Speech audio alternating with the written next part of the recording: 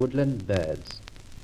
In England there are few deep woods, and the habits of our birds have been so modified by human cultivation that they have learnt to shun the innermost recesses of woodland, which are as empty of life and movement as a cathedral on a weekday.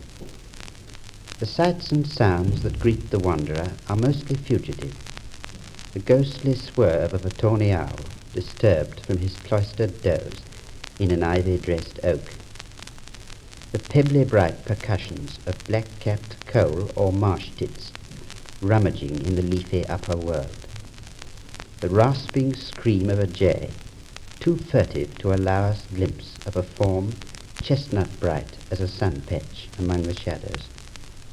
The imperative love-tattoo of the greater spotted woodpecker in the spring, well shrouded in his lofty greenery, from revealing his checkered coat. But these strokes of dimly apprehended life are invasions of a sepulchral quietude that have no continuity or power to make us feel that birds and deep woods are intimate.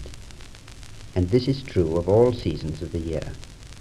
Exceptions there are, but they are not of a kind to ruffle the impression of remoteness for birds alike with men.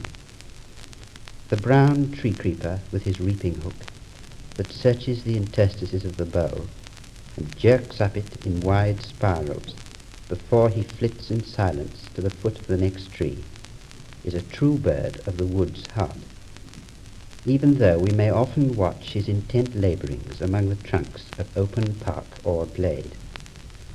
The little worker is tied to the trees as closely as were the less arduous dryads in their day, and his rare song is shy and faint, twilit as the shades that are his home. Of no such secretive disposition is the hearty nuthatch, and some of his plangent calls only a trained naturalist can distinguish from the wrynecks, an early migrant whose triple shout in the ear of the still drowsing spring has earned him the name of the cuckoo's mate or boda. The nuthatch is commoner than the snake-bird, who can twist his neck level with his back against the bough and hiss at you, and both are true woodland birds that affect the borders for an excursion rather than by habit. The tree creeper is a fairy plotter, a nibelung of the upper twilight, but the nuthatch is quick and restless as a lover's heart, and like it, but rarely comes to ground.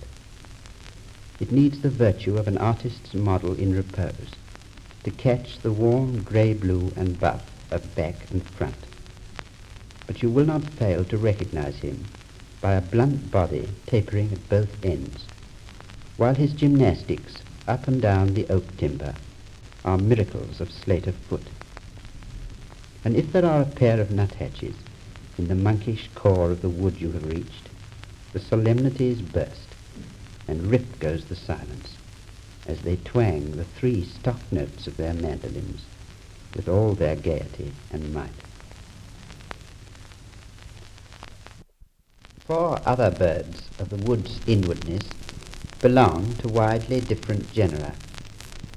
It is not usual to label bullfinches as woody, but except in the spring, when they go budding in the orchards, and in the autumn, when they gently flute their way in sweeping arcs along the hedgerows, they live in densely thicketed retirement, stockishly ambling along a few yards of twiggery, what time the nuthatch has done his mile.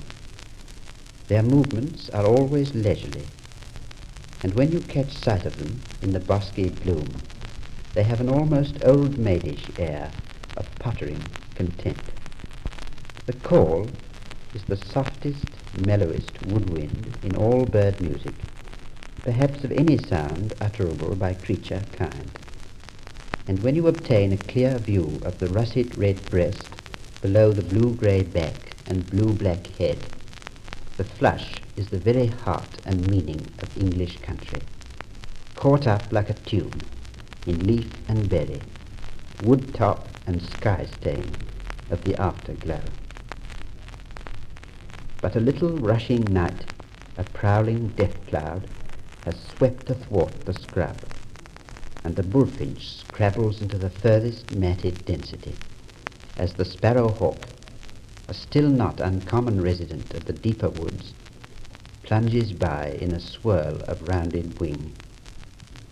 Compared with the flight of other hawks, which require more air room, the sparrow-hawk's short turns, swoops, dashes, pryings, and corners are as dagger play to javelin throw or sword sweep.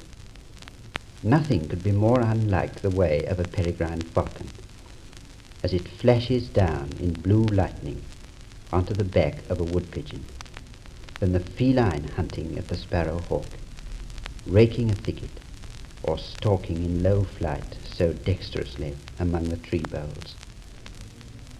Wood pigeons, distinguished from stock doves by the transverse white bar on the wing, roost far within the woodland, anchor their frail raft cradles to the treetops, and murmur summer's plenitude from the depths.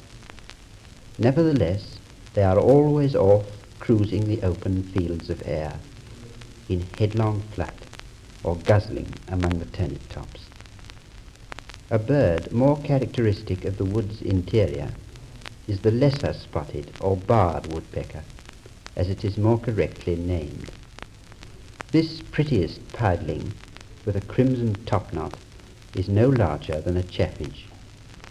He is a stay-at-home up among the million leaves of his attic, as the creeper going his rounds among the trunks, and so is more rarely seen than any other woodland native.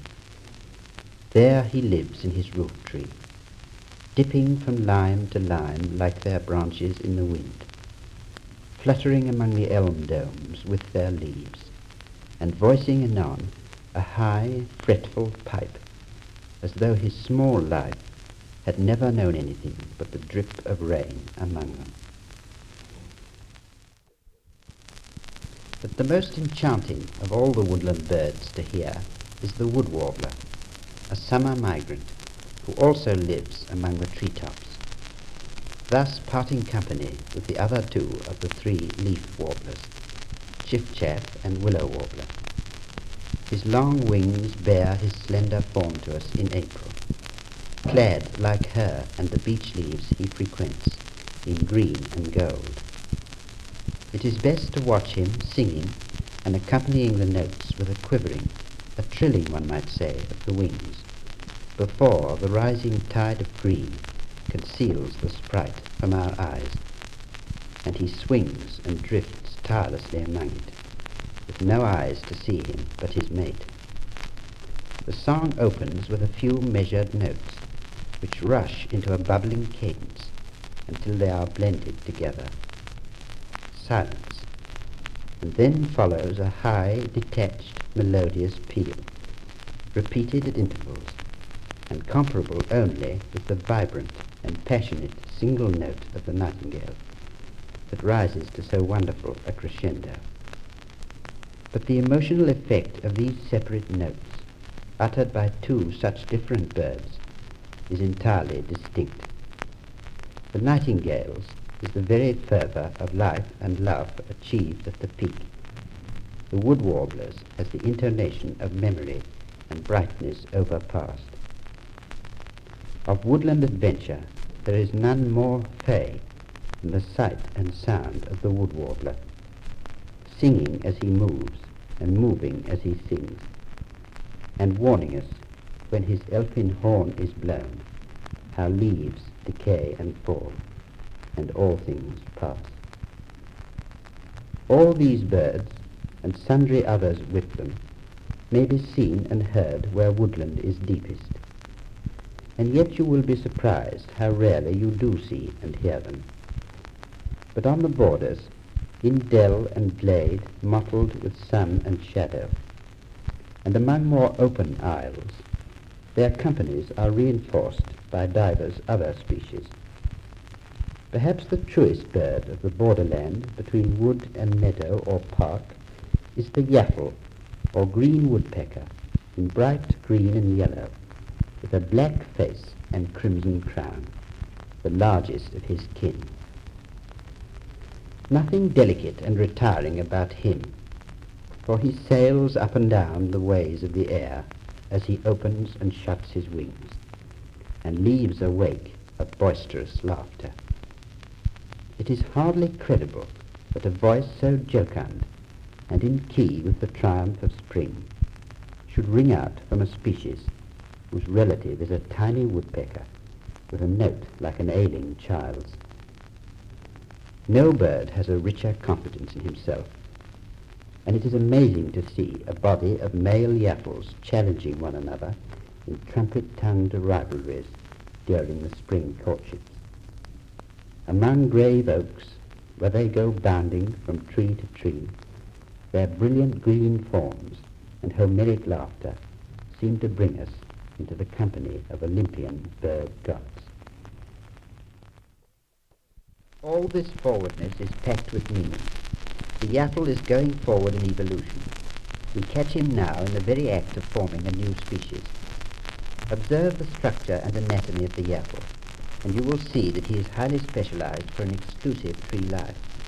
Feet, pickaxe of a bill, massive head, stiff tail feathers to support the weight of the body, are all adapted for climbing, feeding, nesting, and living among trees. Yet this tree bird is transforming himself into a ground bird through his extreme partiality for ants and their larvae.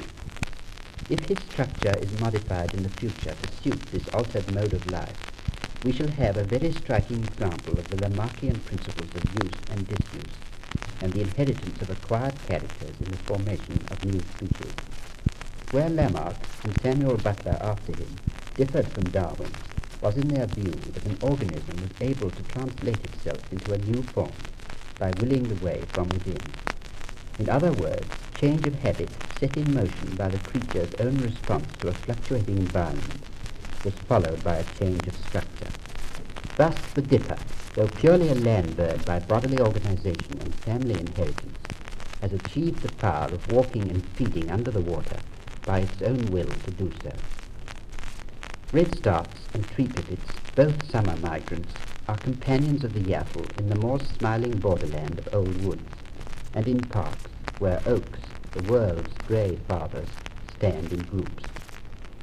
The pipits are birds somewhere between larks and wagtails, and in plumage as in shrillness of note, the tree pipit comes nearer the former. Like the wood warbler, the tree pipit combines song with deliberate movement, chooses a tall tree for his stage, and opens with a musing prelude that hastens into a trill. But here the resemblance ends, for the song lengthens out once more into the clear, inflected note with which it began. And when the first notes come lisping forth, the bird mounts into the air and hangs suspended, while the tremble of the wings beats time to the trill. Then, as the melody is drawn out to its plaintive close, he glides slowly back to his bough, seeking as it were in the dying fall of his own music, so that song and flight are made one harmonious whole. In thus exquisitely mingling song and air dance, individual birds differ greatly in degree of performance, and I have noticed that it is the best singers who are the more skilled in matching song with flight. Yet there is little doubt that the tree pipit, like the yaffle, is changing in habit, for the birds that sing without leaving their tree are becoming more and more numerous, and as the woodpecker is progressing in liberty, so the pipit is degenerating in artistry. The beautiful redstart, rufous but for his blue-grey back, black throat and creamy forehead, builds in old oaks, and ripples and floats between ground and nesting trees like a tiny brand, while his tail, moving up and down or from side to side, is a candle flame in a draught. The brief song begins with promise and ends in disillusion. Over the tops of the brambles and elders that edge the wood, flocks of long-tailed tits, the minute parakeets of our clime, in rose and dust colour, go dipping in autumn like plumelets of dandelion, or traveller's joy in the wind. So inconsequent are their movements. Goldcrests, nuthatches, creepers, and other tits sometimes accompany them. But in May these same thickets that margin the wood throw out waves of song, and the very voice of the nightingale is lost in the sweet clamour. the listener will be surprised that the triumphant nuptial fire of his song fails to dominate the choir. That is because it burns more often through the night. He too, with his nest of oak leaves, is a dweller among tall oaks, branch charmed by the earnest stars, that in their stillness listen to the impassioned rhapsody filling the night below him.